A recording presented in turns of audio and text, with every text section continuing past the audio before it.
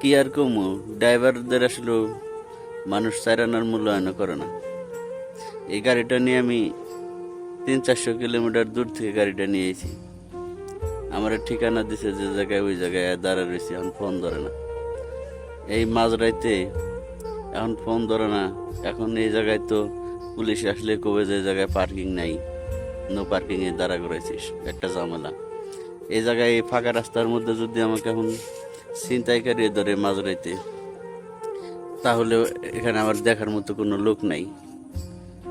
উনি ফোন ধরতেছেন, এখন ঘুমাইতেছে। এখন আমি এই নতুন হাউজিং এর মধ্যে block number, house number, road number কোনোটাই ঠিক মতো খুঁজে পাওয়া যায় না। এখন যদি এখান থেকে আমাকে রিসিভ করে না নিয়ে যায়, এই জায়গায় আমি কতক্ষণ দাঁড়ায় থাকবো? এই জায়গায় আমার কে নিরাপত্তা দিবে? যে আমাদেরকে এই মাল অর্ডার দিছে, সে যে পর্যন্ত আমাদের কাছে না আসবে, সে পর্যন্ত কিন্তু আমাদের কোনো নিরাপত্তা নেই। এই জায়গায় আমরা দূর থেকে আসছি, আমরা একাই। আমাদেরকে কেউ যদি ধরে, কোনো টর্চার করে, আমাদের কিন্তু বাঁচানোর মতো কোনো লোক নেই। তো এখন সে ফোন ধরতেছে না, ঘুমাইতেছে। কখন আসবো না আসবো তার কোনো ঠিক ঠিকা নেই।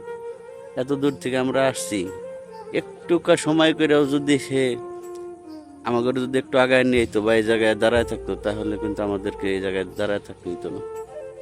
এই হলো অবস্থা। তাকে কিছু বলাও যাবে না।